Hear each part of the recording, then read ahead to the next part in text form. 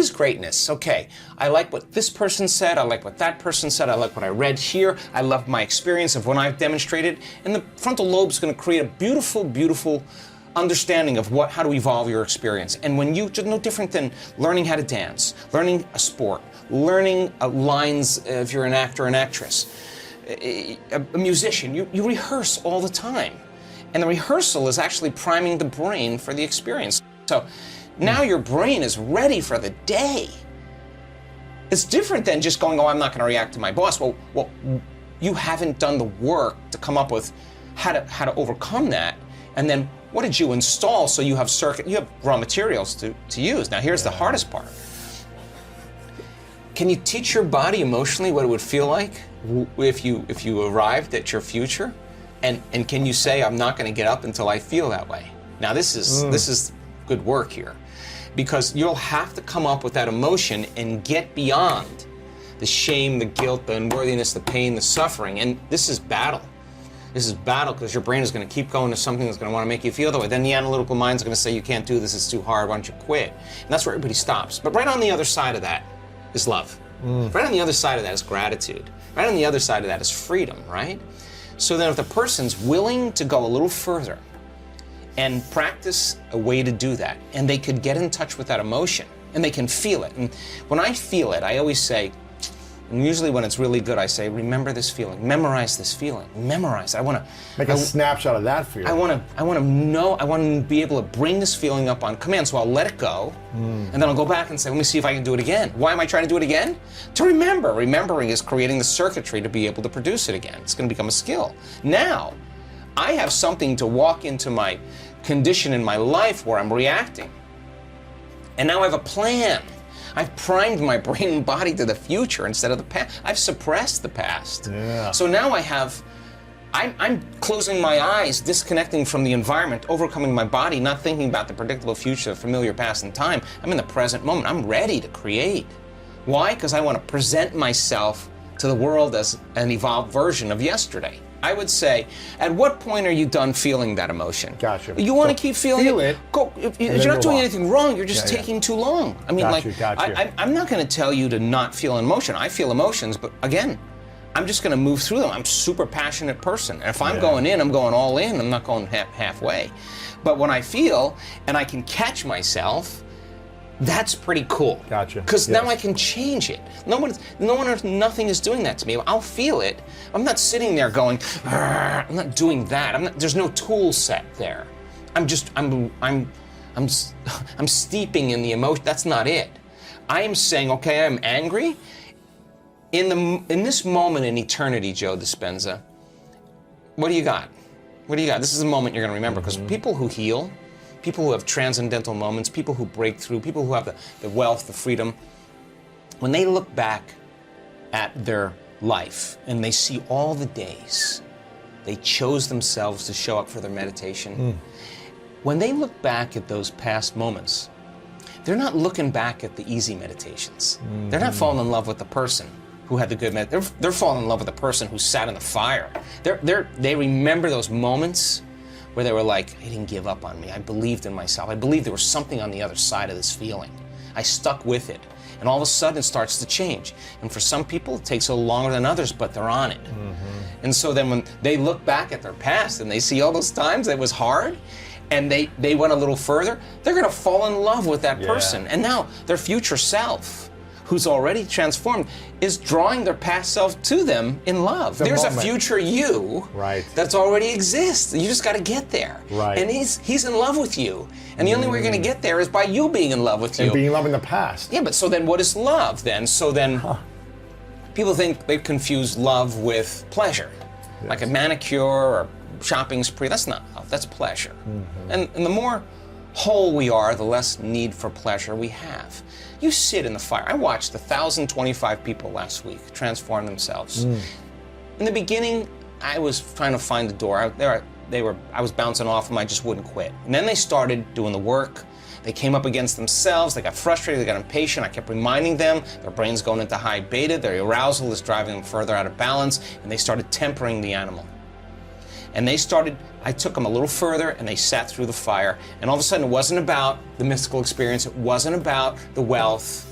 It was about learning the formula.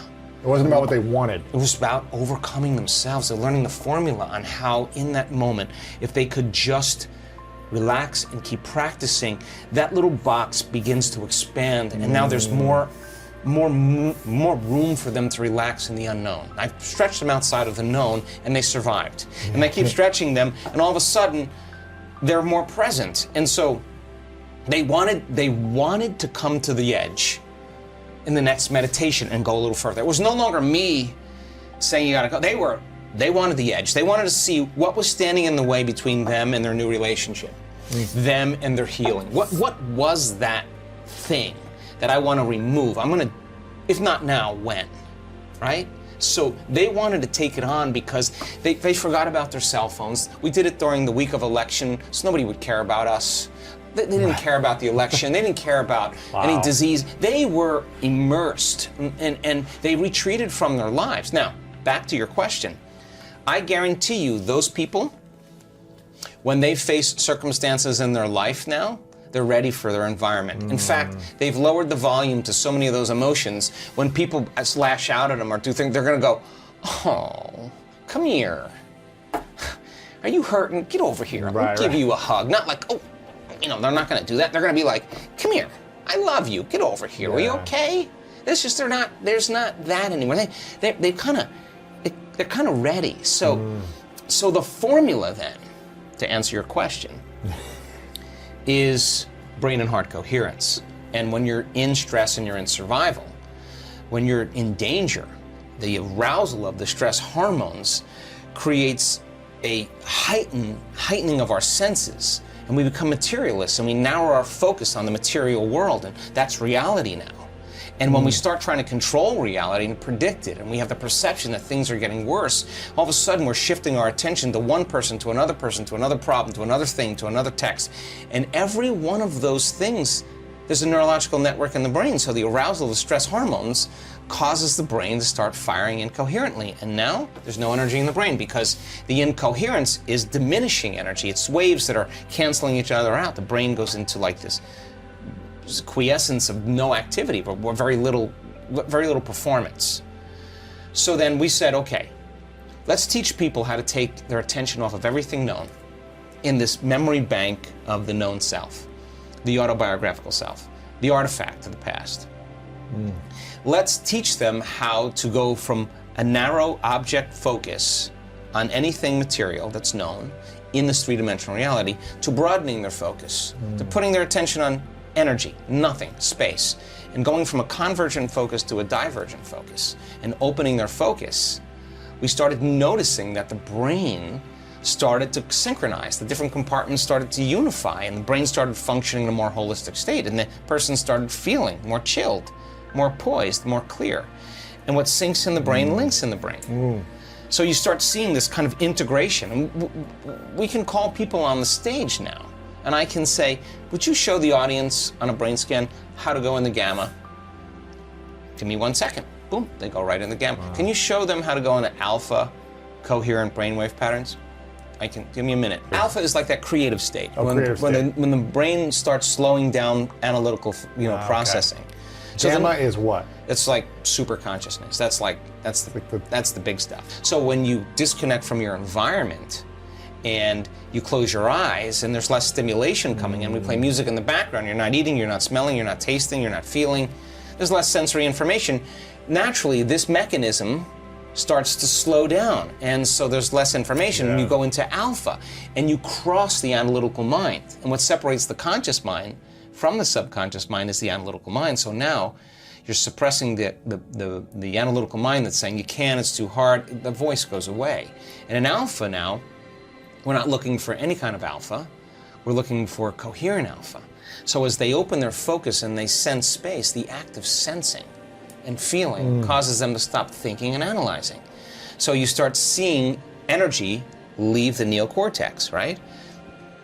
If they do it really well and the body starts to fall asleep, or it feels so comfortable that it can rest in the present moment and let it almost fall asleep and you're still conscious and awake, Now you're in theta. Now that's a That's like hypnotic state. Your body's like vibrating almost. Yeah, feeling. the door between the conscious mind and the subconscious mind is wide open. It's very programmable. The formula is when you sense, we do this naturally when we go to bed at night. Yes. But now we're just taking you down the steps so you know the terrain, how to get there.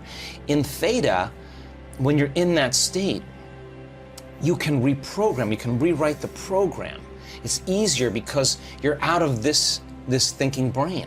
So we shouldn't be thinking to reprogram, or just You won't be thinking, you'll be rehearsing. rehearsing. You'll see yourself doing something. What should we rehearse? Whatever you want. What do you want? You want to be an excellent handball player? Right. You want to be the top? Yeah, yeah. You got to rehearse. So you visualize what you want to create. Yeah, you imagine. But it's better to do it when your body is very relaxed, or better yet, you forgot about your body. That's a better way to say it. Yeah. So then, when that theta happens, people are usually sitting like this, looking at the television just before they go to bed at night. They're half awake and they're half asleep, and they're telling them you need a flu shot. They're telling you need this drug. You have this problem. Eat this food. Yeah. It's going in. The analytical facilities are in the back seat. They're getting programmed to make that choice. They're getting programmed in some way. So they're suggestible to information.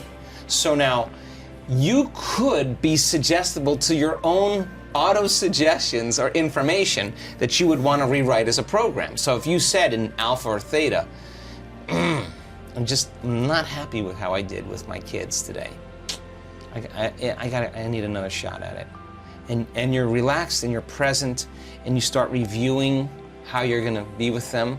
I guarantee you start installing hardware there. Right. You start rewriting the program, and you're so present that you can go through it. Then you go through it the next time, it's a little easier. Yeah. You go through it the next time, it's a little easier. You go through it the next time, your mind starts to wander, you catch yourself, you come back, you do it again. Well, what are you doing? You're rewriting the program and installing it, firing and wiring.